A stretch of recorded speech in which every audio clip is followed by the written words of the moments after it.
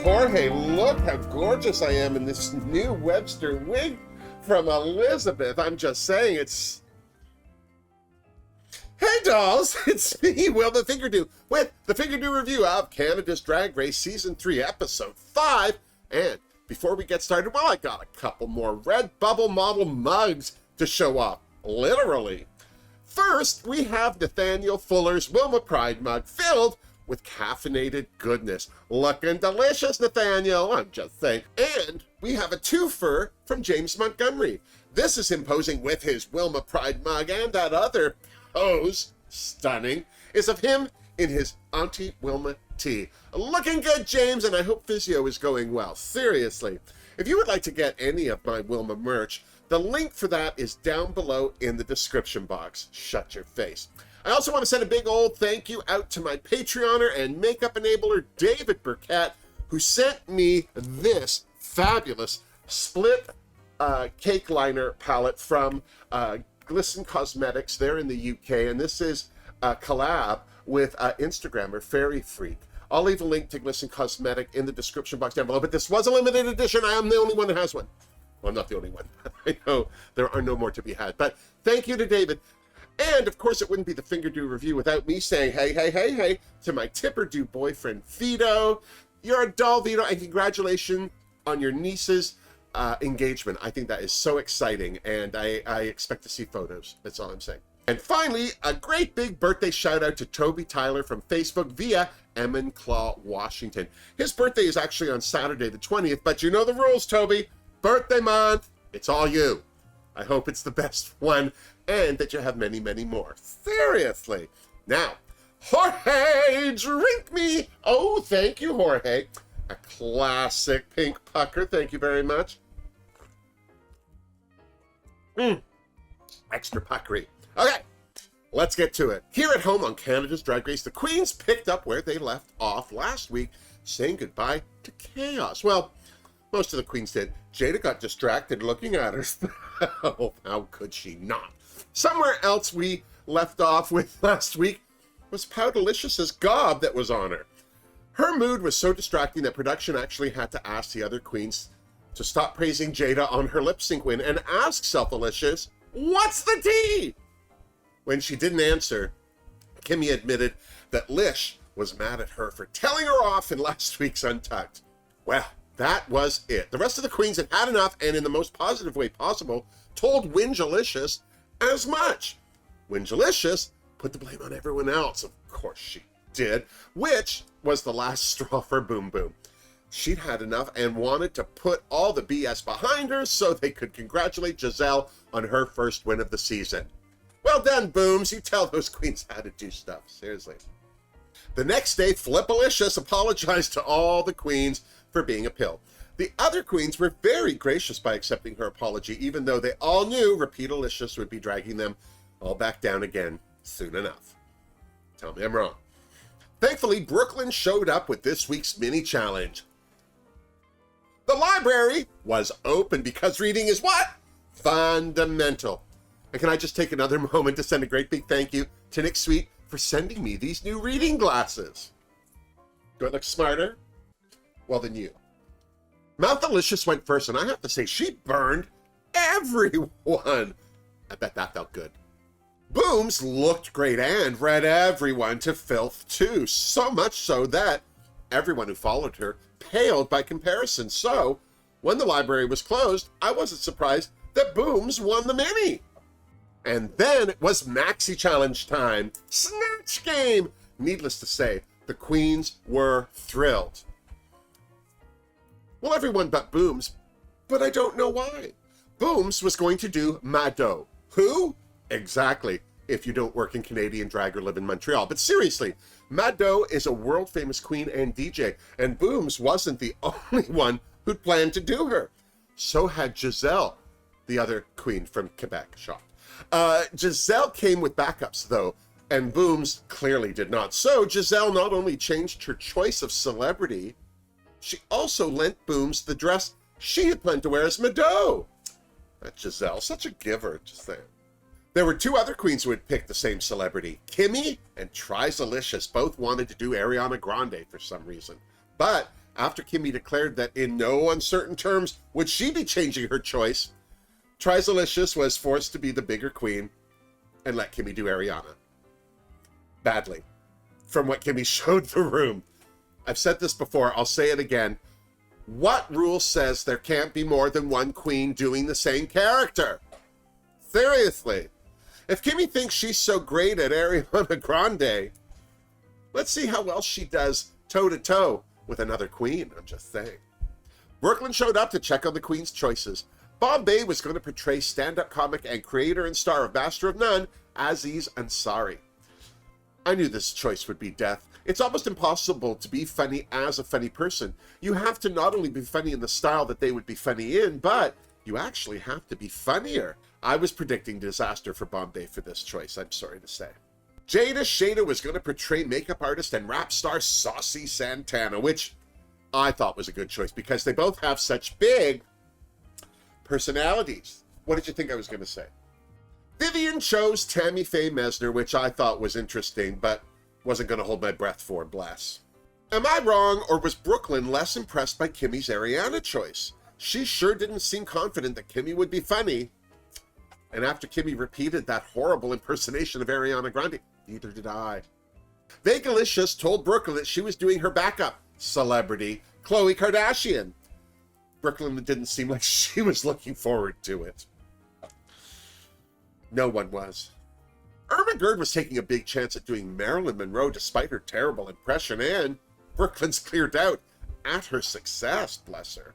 Giselle had settled on Madame Curie. Is anyone else just a little bit shocked that Brooke Lynn didn't know who that was? Just me? Keep in mind, this was Giselle's second choice after relinquishing Mado to boobs, but Brooke Lynn was more intrigued by Giselle's third choice, Celine Dion. I wonder why. And then it was time for Snatch Game. This wasn't the worst Snatch Game in history, but it was far from the best, I'll tell you what. The standouts were Giselle, who killed it as Madame Curie. Between glowing green and losing teeth to having to redraw on her eyebrow after it fell off, I thought Giselle was brilliant. There, I said it. Irma Gerd's Marilyn Monroe was so bad, it was fantastic. Proving the point, it's better to be funny than good. Did you hear that, Bombay? Seriously. I hate to admit it, but I found Surprise Alicious to be way better with her Khloe Kardashian than I thought she would be. Mind you, anyone taking the place of a Kardashian is way better to me. Just saying. They're not that hurt, is what I want to see. Jada did as well as saucy as I had predicted. She even got up and busted a move when asked. Did you hear that, Kimmy Couture?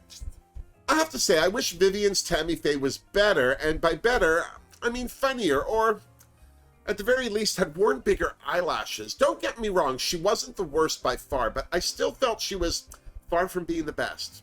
Seriously. Boom's Mado was so low-key it was a letdown, especially since she actually works for Mado in her club in Montreal. Come on, Booms! Seriously. Bombay sucked some hard cheese as Aziz Ansari, as I predicted she would, and not just because she wasn't funny, but because she looked like a ventriloquist dummy. That's creepy, right? And what little supportive thing can we say about Kimmy's Ariana, I won't sing so don't ask me, Grande? Eventually, it ended! On Elimination Day, as the queens got ready, they talked about religion, you know, like you do. Irma was very surprised to hear that her new bestie, Vivian, was not only religious, but that she had a support group within it. There you go. Kimmy said her parents sent her to seminary school in the hopes that the priests would help her pray away the gay. Bless. Giselle was also sent away, but to what she thought was an artistic camp at age 11. But when she told her mom about the priest telling her she seemed gay, her mom was livid. She came and got her right away, and they never talked about it again. Personally, I'm sorry that they didn't talk about it more. It seems like a missed learning opportunity for Giselle. No? Bombay, on the other hand, had grandparents who knew Bombay was gay and took the opportunity to introduce her to queer and transgendered Hindu gods and goddesses. I have to say, that is the best thing I've ever heard. Sadly, though, Bombay also admitted that her family doesn't know she does drag. I like Boom's advice. Win a challenge before you tell him. And then it was time for the main stage. Brooke Lynn looked gorgeous in a silver gown and wet look wig. Not only were Tracy and Brad back to judge, but so was the illuminous Serene Fox. Category is Periodic Table of Elements. Really? Legsalicious was neon, and I thought this look was cute enough for a Fingerdoo. Kimmy's calcium wasn't as great to me as it was in the theater of her mind, I'm sure, but I still gave her a Fingerdoo. Vivian's ode to arsenic started out as a bore in her green and black coat, but once she ditched that cover-up, I gave her vintage gown a Fingerdoo. Who wouldn't? Boom's was bromine, and as much as I have no idea what that is, I still gave Boom's a Fingerdoo because this look was fantastic. Giselle was breathtaking as cesium. Her golden frothy loveliness was a showstopper for sure. And yes, Golden Frothy Loveliness was the name of my fringe play. Jada Shada was sodium, and I'm just going to go ahead and ask where the rest of her runway was. She looked like she was missing a skirt, no? The parts that weren't missing totally got a Fingerdoo, but where was that skirt? I have to say, my fave look of the night was worn by Irma Gerd. She took yellow cake uranium out of the science lab and put it back into a 1950s kitchen where it belongs. Plus, she actually had cake. Seriously, I had no problem giving Irma a Fingerdoo. Give her a couple of Fingerdoos, I'll get a slice. Bombay was helium, and I have to say, I liked how unique this runway was, but it wasn't my favorite, unlike the judges. That didn't stop me from giving Bombay a Fingerdoo, I'm just saying.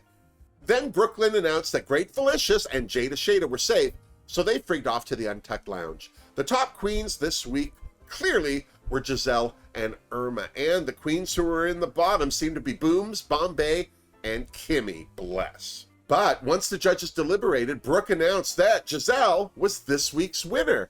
Again! Giselle is now the first queen of the season to have more than one win. Here's to Giselle. Well done, mon petit. And the two queens in the bottom were Booms and Kimmy. They had to lip sync to Carly Rae Jepsen's Run Away With Me. Kimmy seemed to be distracted off the top, removing her looser bits of her outfit, but once she was done, she whipped that hair back and forth like Beyonce. Booms, on the other hand, disappointed me. I've seen her dance better and move more just walking down the catwalk, or into the workroom for that matter, so I was expecting her to blow my mind. What blew my mind is the only queen on that stage to get physical enough to do a death drop was Kimmy. So, when the music died, it was no surprise to me that Kimmy Couture shantaed, and sadly, it was Lady Boom Boom who sashayed away. Bless her. Well, that's episode 5 done and dusted. What do you think? Did the right queen win the challenge? Were the right two queens in the bottom? Did the right queen go home? Let me know in the comments down below, and while you're down there, be sure to give this video a thumbs up and subscribe to my channel if you haven't. Doing these two things helps my channel out more than you can know. Speaking of, I also have links in my description box for sending a tip or do, joining the Fingerdoo family on Patreon, or picking up your own Wilma merch at my Redbubble shop. Until next week, miss me! Seriously. That wasn't the worst Snatch Game. I have to say, Irma Gerd's Marilyn Monroe, when she did her impersonation in the workroom, I don't know about you, but my whole body just went, oh, that's gonna be so bad. But what was great about it was she was nothing like Marilyn Monroe. Marilyn Monroe never acted like that ever in her life. But Irma committed to it. It was a full character. And what if Marilyn Monroe was that kind of sloppy, sad person off camera? I'm not saying she wasn't a sloppy, sad person on camera. I'm just saying, what if she was that one off camera and all we ever saw was the other Marilyn? I thought that was brilliant. I thought she did an excellent job. And I know that we all are having a lot of trouble with Fiercelicious, but I'll tell you right now, she did stuff as Khloe Kardashian that I thought was too smart for her. If it had been like a roast challenge where she was reading, I would have bet money that somebody wrote all that for her. But she just seemed to have no trouble playing the least favorite Kardashian. Bless her. She probably knows how that feels. Oh.